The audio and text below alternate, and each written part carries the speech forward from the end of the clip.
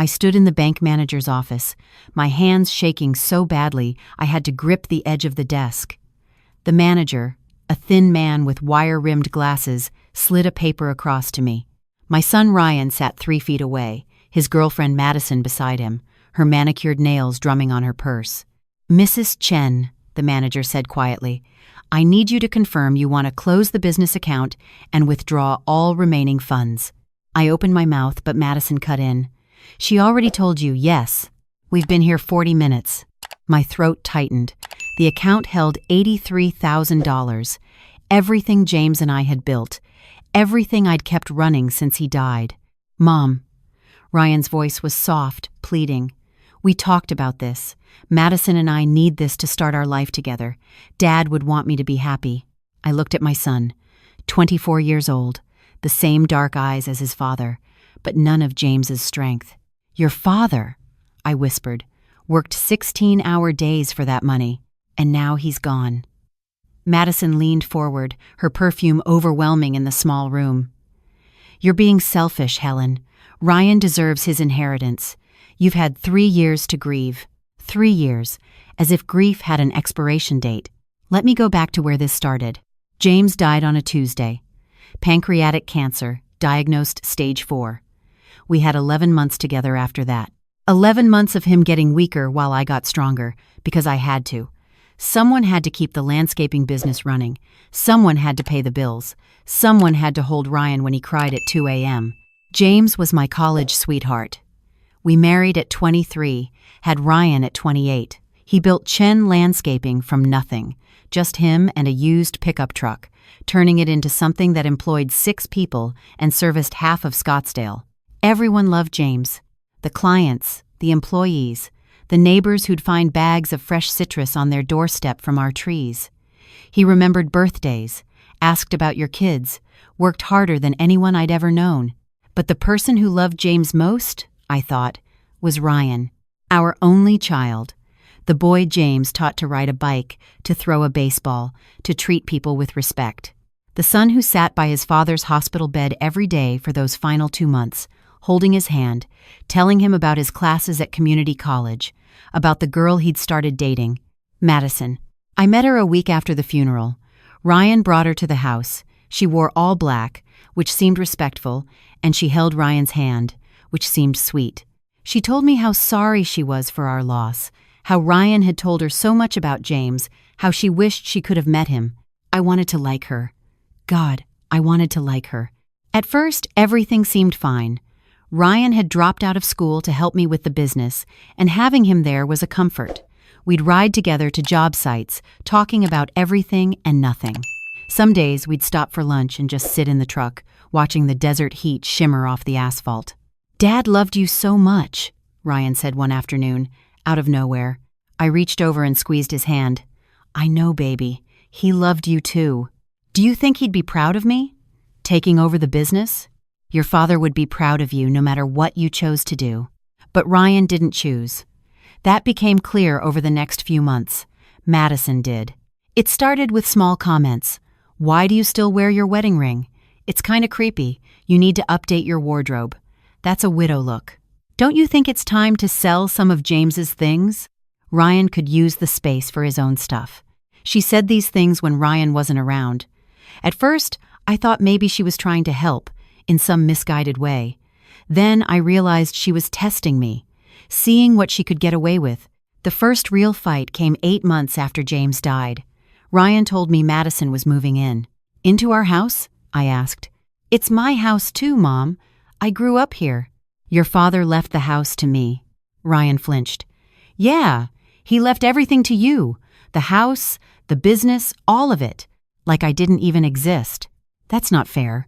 Your father set up a trust for your education." "Which I can't touch until I'm 25. His voice cracked. "Madison and I want to start our own business, a boutique. She has all these ideas. But we need capital, and you're sitting on all this money, doing nothing with it." "I'm running the company your father built." "That you're running into the ground." Madison appeared in the doorway. How long had she been listening? "Helen, be honest. You don't know anything about business. You're a secretary playing boss. The clients are leaving. The employees don't respect you." Get out of my house. She smiled. See? You can't handle criticism. This is exactly why James should have left Ryan in charge. Ryan didn't defend me. He just stood there, looking at his shoes. Madison moved in the next week. I didn't have the strength to fight it. Living with her was like living with a stranger who knew all your weaknesses. She'd rearrange my kitchen cabinets, invite her friends over without asking, walk around in practically nothing, then act offended if I said anything. "This is Ryan's home," she'd say. "I'm his guest. You need to be more welcoming." The breaking point came a year ago. I walked into my bedroom and found Madison going through James's dresser. "What are you doing?"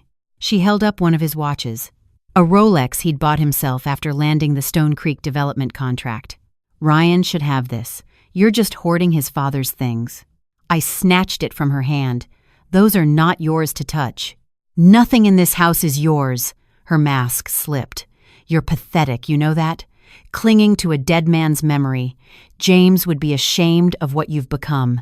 I slapped her. I'd never hit anyone in my life. But hearing James's name in her mouth, twisted like that, something snapped. Madison touched her cheek, her eyes wide. Then she smiled. "Ryan," she screamed. "Ryan, your mother hit me!" My son came running. Madison threw herself into his arms, sobbing.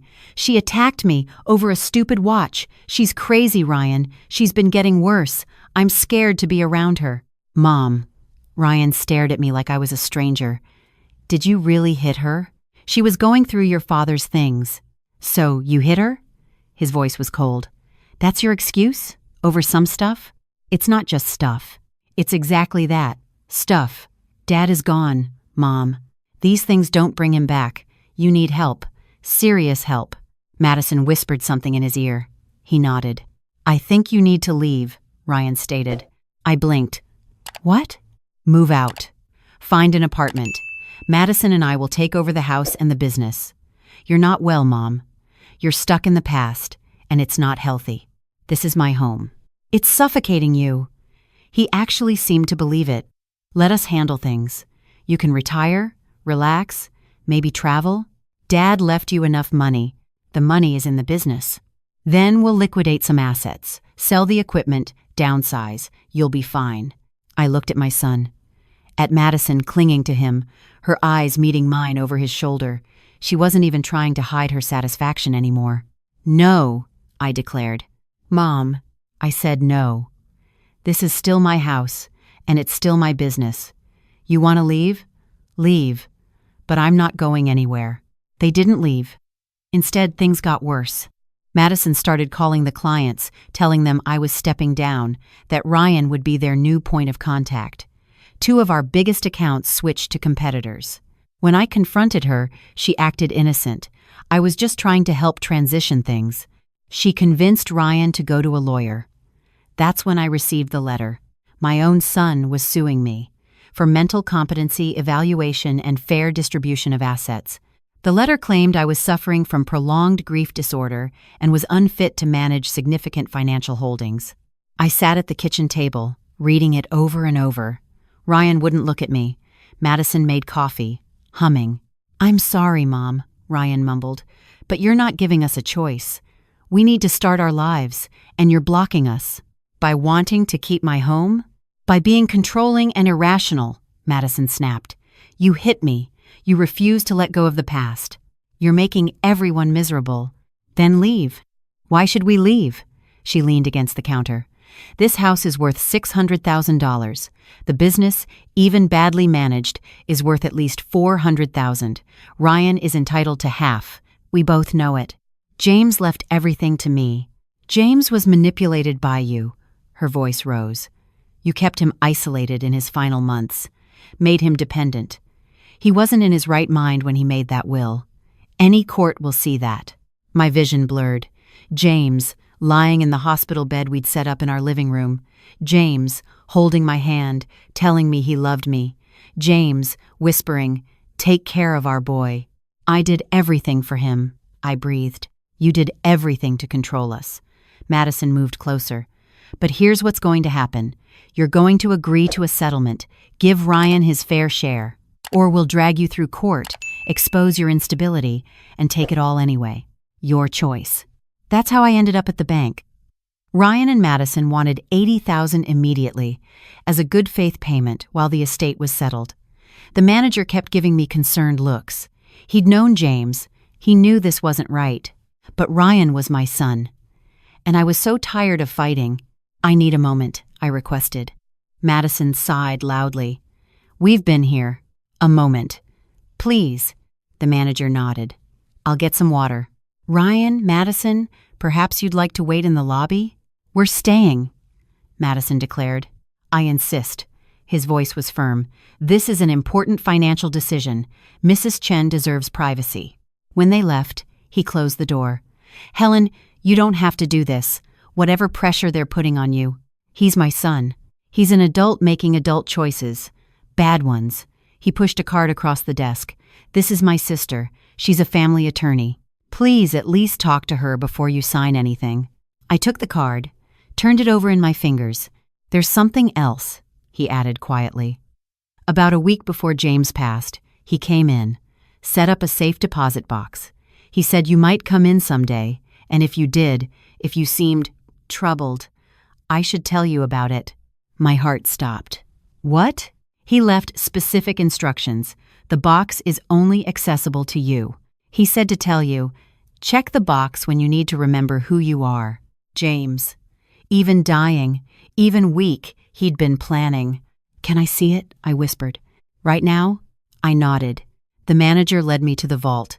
My hands trembled as I unlocked the box. Inside was a manila envelope, thick with papers, and a flash drive. On top, a note in James's handwriting.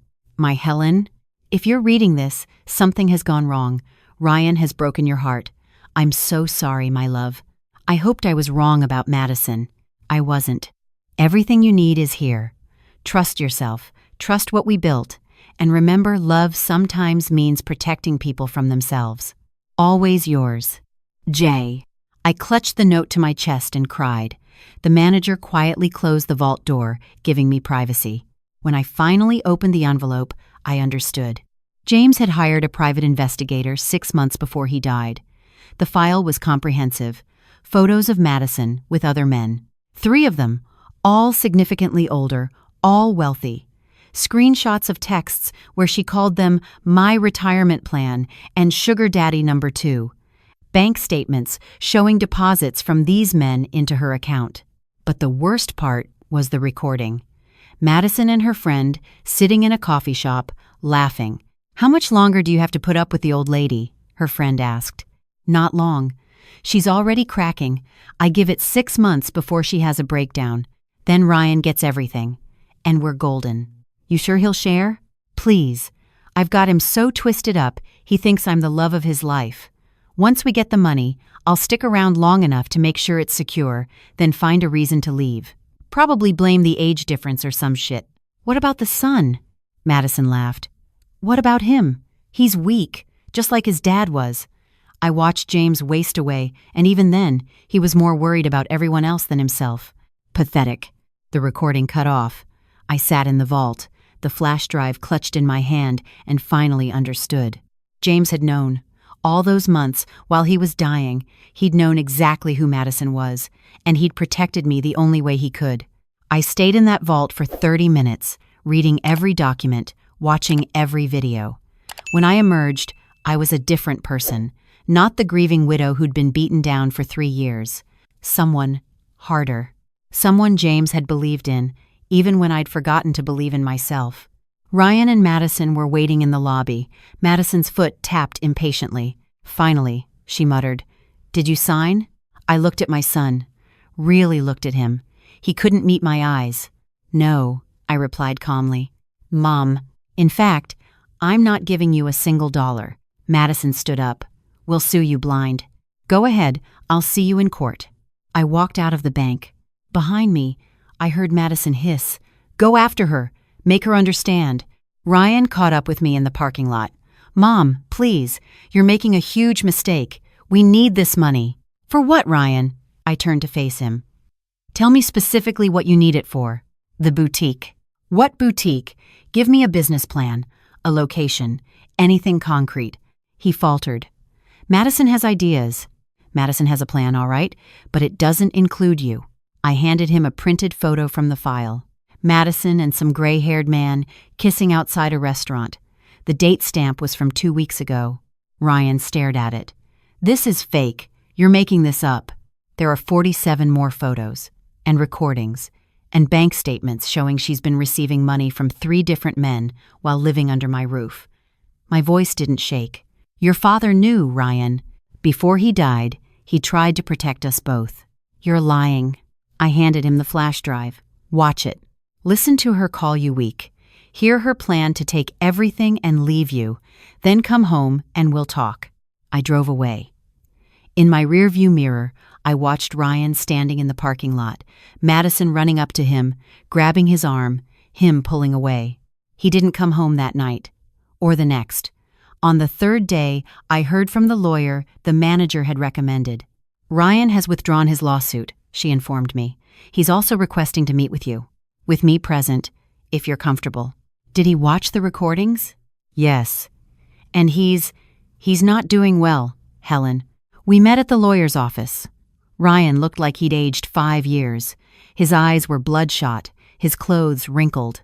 "She's gone," he mumbled as soon as I walked in. "Took everything. My laptop, my savings, some of Dad's watches. She must have had copies of my keys made." I wanted to feel vindicated.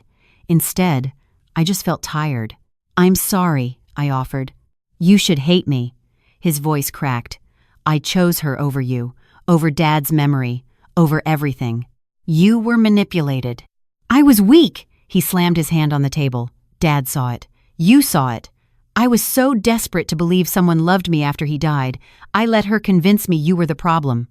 I sued my own mother. I called you crazy. He broke down.